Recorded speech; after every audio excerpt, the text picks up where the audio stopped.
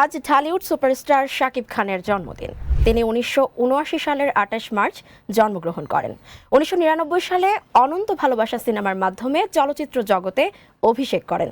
এরপর অল্প সময়ের মধ্যে তিনি দেশের অন্যতম সফল ও প্রভাবশালী অভিনেতা হিসেবে নিজেকে প্রতিষ্ঠিত করেন এবং বহু বছর ধরে ঢালিউড ইন্ডাস্ট্রিতে আধিপত্য বজায় রাখছেন।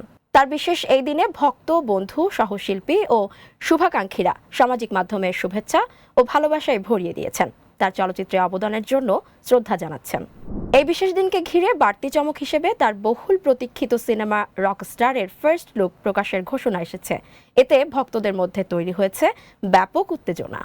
ঈদে মুক্তিপ্রাপ্ত সিনেমা প্রিন্সের সাফল্যের পর তিনি ইতোমধ্যে নতুন একটি প্রজেক্টে কাজ শুরু করেছেন, যা আগামী ঈদুল আজহা উপলক্ষে মুক্তির লক্ষ্য নিয়ে এগোচ্ছে। পরিকল্পনা অনুযায়ী রকস্টার সিনেমাটি কোরবানির ঈদে মুক্তি পাবে। বর্তমানে মালয়েশিয়ায় এর শুটিং চলছে।